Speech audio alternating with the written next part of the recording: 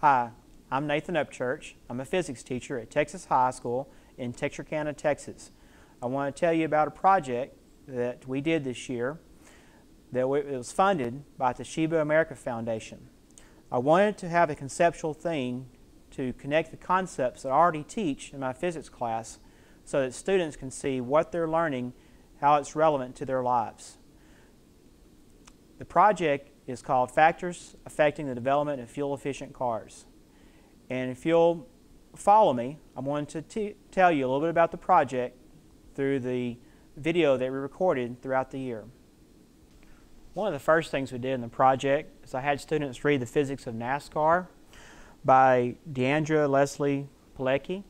And it's a great book. It's written on the 8th grade level, but it has a lot of chemistry and physics concepts. For example, students can learn about combustion, and this helps get the students interested in how physics relates to automobiles. And this was one of the big projects that we did. Another thing that students had to do is they had to work in pairs with and develop a PowerPoint teaching the other students about a chapter. So they didn't read all the chapters, they only read one chapter out of the book and talked about the main points. So it helped them their communication skills, collaboration skills, and working with others. And they learned a lot and got very involved in learning about physics of NASCAR. During the year, our curriculum requires us to teach students about Newton's laws, energy, and work. So one of the things that we did and we got with the grant was from Vernier, these carts and a 1-meter track. And what I had students do is use a force sensor with a LabQuest interface. And with the LabQuest interface and a force sensor, students would measure the force that one cart exerted on another cart, and they would also use the motion detector to measure the velocity. And once they knew the velocity, the mass of the cart, the distance traveled, then they could calculate things such as work and change in kinetic energy, and then they can compare the two. They can compare the work, what they calculated for work, compare that to the change in kinetic energy, and that way they learn about the work kinetic energy theorem. And so it was a practical application of a concept that we use with the textbooks, but they could have fun using hands-on projects or hands-on manipulatives such as these. One of the best things that my students enjoyed was the automobiloxes. And automobiloxes to me is almost like the Hot Wheels, except you can change out the parts. So students would work together in teams and they would design their own car. And then they would take these automobiloxes and they would put them on a ramp, and the ramp would use gravitational potential energy so we could measure the mass, and we know what gravitational constant is, and the height of the ramp. And we could also measure once the car hit the floor, we could measure the velocity using photo gates, and the distance. We could calculate kinetic energy and compare kinetic energy and potential energy. And so this is a concept that we constantly teach in physics, mechanical physics, and this was a great application to it. The students really loved being able to design their own cars and learn physics at the same time. Another fun activity that we did with funding through the Toshiba America Foundation is they helped fund a local auto show. And we call it the Texas High Auto Show, and we had 5 local dealerships helping us put this show on. We had Robbins Toyota, we had McClarty Ford, we had Orr Chevrolet, Orr Honda, and Pete Mankin's Nissan. And this was a great show. Students loved it. All of our physics classes were involved, so we had over 400 students involved in this event. And we also had some extra classes. And we even supported with this funding a meal for the salespeople that helped us. And the salespeople from each of these dealerships did a great job of explaining to students the newest technologies involving fuel efficiency. They talked about the newest technologies involving safety. And it was a great event for everyone involved. The students loved it. When I asked them, they really enjoyed it. They got a lot out of it. I had, during the auto show, I had my students take a paper and they would go through and answer questions. We had a local television station, KTAL, come out and record the event, and they showed it on television. So we got some publicity, and Toshiba America Foundation got some great publicity from the event as well. Not only did we have a local auto show, but the grant allowed us to take Tiger Vision, which is our local student news station, and we took 2 students with me to the Dallas Auto Show. And it was a large auto show featuring local or domestic and import automobiles, and so we would record information at that auto show, bring it back to show students in class what a real auto show is like. They were excited to see a local auto show, but many of them had never been to a real auto show like the Dallas Auto Show. And at the auto show, we recorded a lot of great technology, such as the Chevy Volt. The Chevy Volt was not being sold at the time, but we were able to meet with the people that were selling the Chevy Volt. They were allowed us to take a test drive of the Chevy Volt and learn about some of the newest technologies that General Motors has for this vehicle, and possibly a new technology that our society will be moving towards in the future. One of the neat things too we saw at the auto show was they had in the physics of NASCAR, it talked about dynamometers, which are used to test the engines and the efficiency of the engines. Well, they actually had one at the Dallas Auto Show, and they had a person from Chevrolet demonstrating the dynamometer to the audience.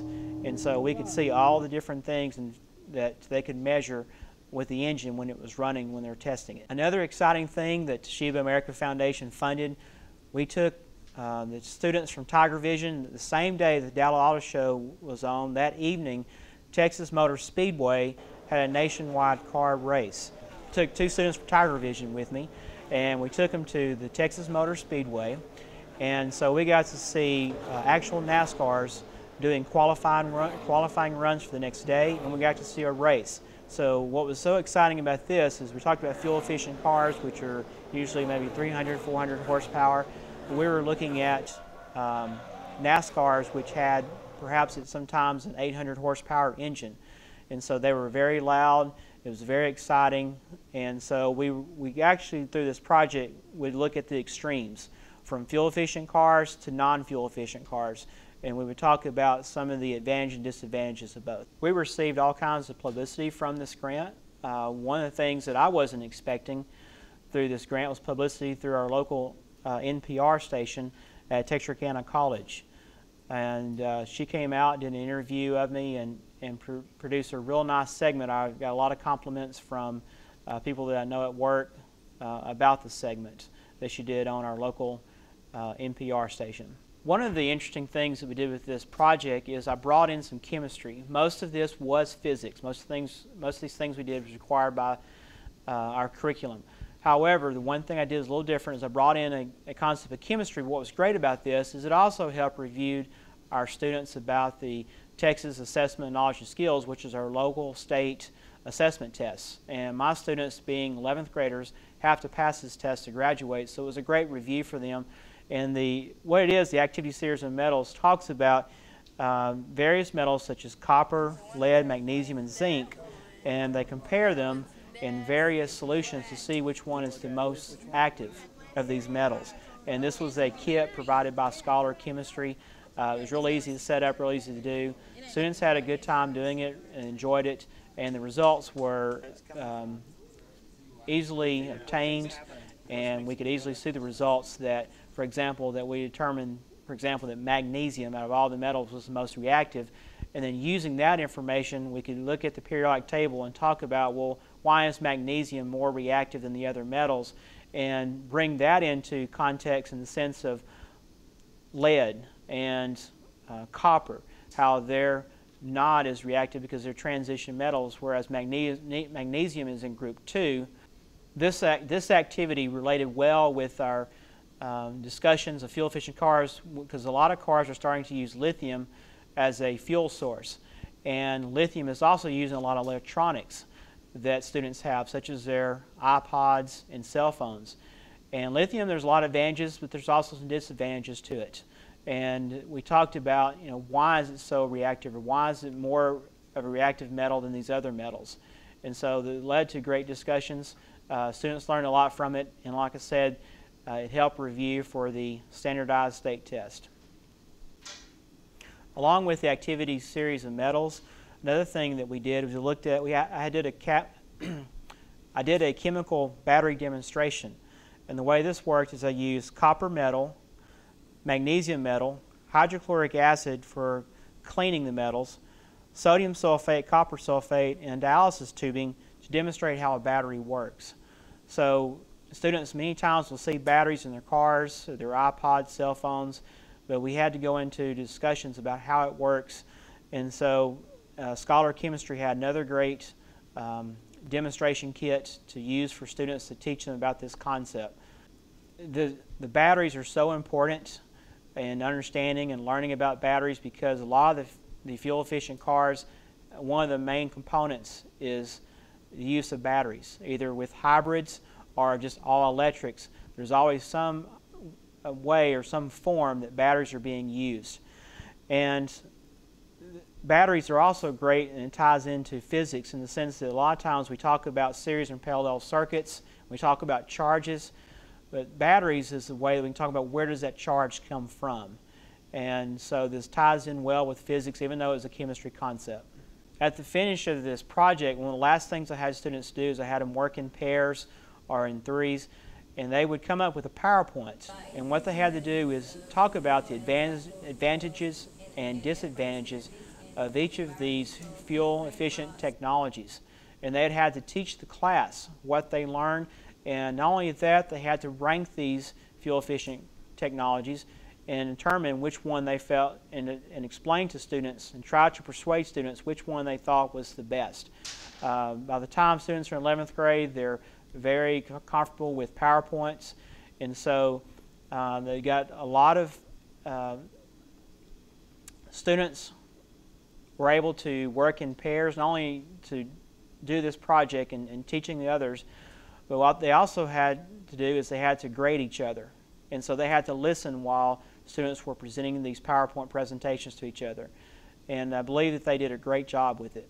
I just want to end with a few concluding thoughts about this project. This was a great project. I encourage you to write grants, written grants, not only for Toshiba America Foundation, but other grants. And there's been a lot of grants that I have not received, but I must give credit for this grant in that one of the processes I encourage you to do anytime you write grants is to have someone look over what you've written.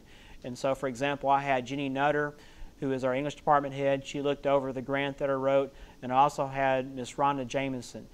She's the head of our STEM and math and science for the district, and she did a great job giving me input about how to write the grant. And any grant that I write, I always try to get others to review it and look at it. And so I must give credit to them, and others have been very supportive of this grant. But this grant has meant a lot to our district. Scores have come up. In the students that I have, I teach all regular physics. This was not a pre-AP class or an AP physics class. This was a regular physics class, and students were required to take physics, so some may not have chosen physics as the class that they would want. But in doing this, I tried to make the project fun, tried to make physics fun for them, and they learned a lot from it. We saw the difference in our scores, saw the difference in the attitude about physics. So please, if you would, I encourage you to write and do the best you can. Write your grant. If you don't get it the first time, write it again. But I really encourage you. Toshiba America Foundation is a great grant. Of all the grants out there, it's a private grant, and they expect the best from you, but they're also very supportive. So thank you very much for watching this video, and good luck to you, and I wish you the best. And for my local students and people that are in the Texarkana area, go Tigers.